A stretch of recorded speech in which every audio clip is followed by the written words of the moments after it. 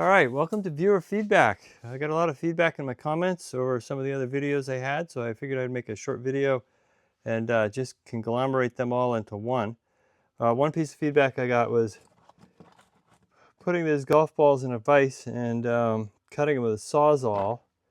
That was pretty difficult. Somebody had suggested using a 2-inch PVC pipe cutter, so we're going to test that out real quick. They are 24 bucks, and my Sawzall blade I already own, so I will put that out there. And the second piece of advice I got was on the plastic welds. And these are multiple pieces of similar advice, so I definitely appreciate everybody putting that in. And that is, once it's stapled in, you can just break the tab off with your finger. Someone suggested scoring it, that these staples come pre-scored on some of them. Mine are not pre-scored, so I might have to do that. We'll do a little bit of testing. Got another trash can to work on. So we'll get back to that with the plastic welder and the golf balls. All right, so away with the vise, away with the Sawzall. We know that when we cut it with the Sawzall, it vibrates all around, leaves these kind of nasty cuts to it. Blade sort of melts sometimes. That's all Sawzall work. Okay, so I have this here Husky 2-inch PVC pipe cutter we're going to try out. As I said, they are 24 bucks, so they are quite a bit of money compared to my Sawzall blade, but hopefully it's just going to work perfectly and just chop a golf ball right in half. So let's just cut to the chase here. Here's a Kirkland. We'll stick it in right on the line here and just see if we can ratchet her down on top of it. Oh, yep. Okay, 100% confirmed.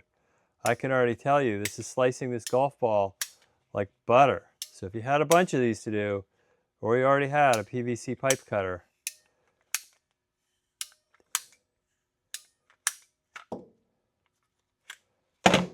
do it that way. Oh man.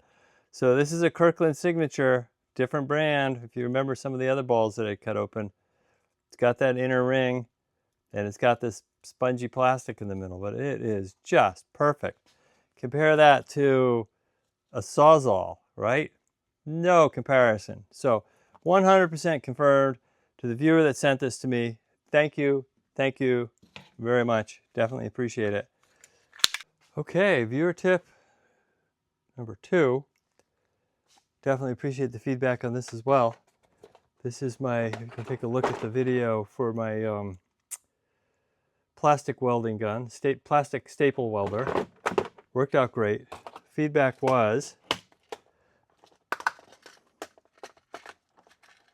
that you could, once these staples are melted in and embedded, a couple different tips I had were, once the staples are melted in and embedded, you give it a little twist for strength, and that you can actually just break the tabs off. Now if you look at these tabs really carefully, you'll see that they're not scored in any way. So I will say that I did test this a little bit. I had mixed results. One snapped off clean, one didn't. Another viewer had suggested that I just score it a little bit. So I'm going to go get another set of staples that I've got, replenishment staples, and see if they're scored. Because if you can break them off, oh, it's so much easier than cutting and grinding them down. I've got a box of like a bazillion of these here. So we're going to take a look at these and just see if any of these are scored. I'm going to use these thicker ones here. This is a different brand than the ones that came with the kit. I'm going to just take a quick peek. These definitely look a lot brighter, more like they're stainless steel or something. But I am still not seeing a scoring on them, but we're going to try both. I have another bin to weld, and if not, we'll pre-score a couple with a pair of wire cutters if anyone has an idea how to score these best. But theoretically, you just snap them right off. So we'll use 2 of those from that brand, 2 that came with the kit. And we'll put our bucket up here, and we'll start the weld process. All right, I'm going to take my staple. I'm going to try to take everything that I learned from viewer feedback. I'm going to just put one in right here, right now. So are you ready? Here it is, getting super hot. You can see that it's super red hot now. I'm going to push it in. I'm going to put a little twist. I'm going to rotate it to the right just a smidge. I'm going to let it cool enough that I can pull it out. The piece that was brought to my attention, if you see this, after you push it in, you then rotate it just a teeny little bit inside of the plastic to give you a better hold in there. And so now the question is, can I just bend that off with my finger? And the answer is almost. It doesn't, oh, nope, there it goes. Doesn't quite want to bend off, so I'll have to grind that one down. So that is just because that staple has no scoring in it. If you happen to get staples that have a little score right up here, my guess is you won't have to.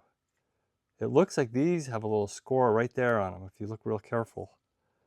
So I'm not sure what I'm doing wrong here, but that is not coming out, and that is not coming out. So let's go ahead to brand 2 and give that a try. I mean, you can, if you look super careful, you can see a little notch right there. So I think they're designed to be broken off. Maybe I've tried to push them that way, and that's the wrong way, and I have to push them this way or this way to break. So that one is a fail. All right, so we're going to go again. We have another staple. We're going to get it super red hot. Here it goes, here it goes. Probably don't need it that hot, but for the camera, we'll make it super hot. Put it in, twist to the right a little bit, let off the power, hold there till it's cool enough that I can pull the staple, or I can separate the staple from the plastic welder. There we go. Perfect. We'll give that a few seconds here. Oh, yep, still a little soft in there. I can see that plastic, so we're going to give that a few more seconds. That was pretty hard. Okay, so we're going to bend it, and we're going to bend it. Okay, I would really like this to work. I've seen this work on other staples in a test or two. So they're just, yeah, I can't even friction this off. So I would say the answer to this is it depends. It just depends on what you have for a staple. Okay, so what we're going to do here is we're going to just take this and try to pre-score it a little bit more. I just might not have the technique down.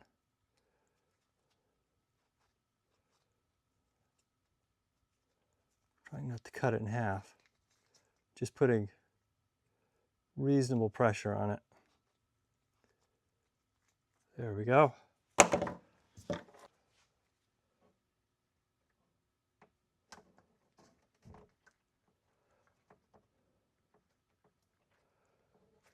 Okay, so I have to say this is a bust for me. I've seen it work, I've done it, so I obviously have a technique problem going on here that I'm not quite getting this right for. So we're going to take some of that black plastic that was included in here. We'll just get this thing to get super hot. Maybe we can melt this plastic in. We have that special blade. You can see it warming up. You can definitely hear it in the transformer. There we go.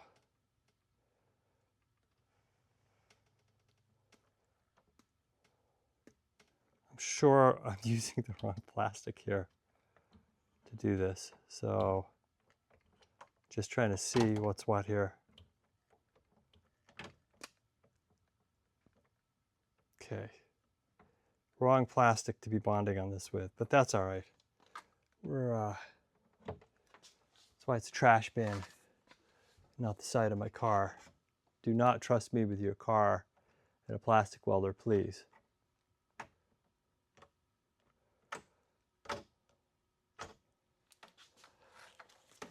Okay, so I would say that I did see it work once, but the majority of the time it does not work well for me. So we're going to cut that out, cut that off. We'll sand it down.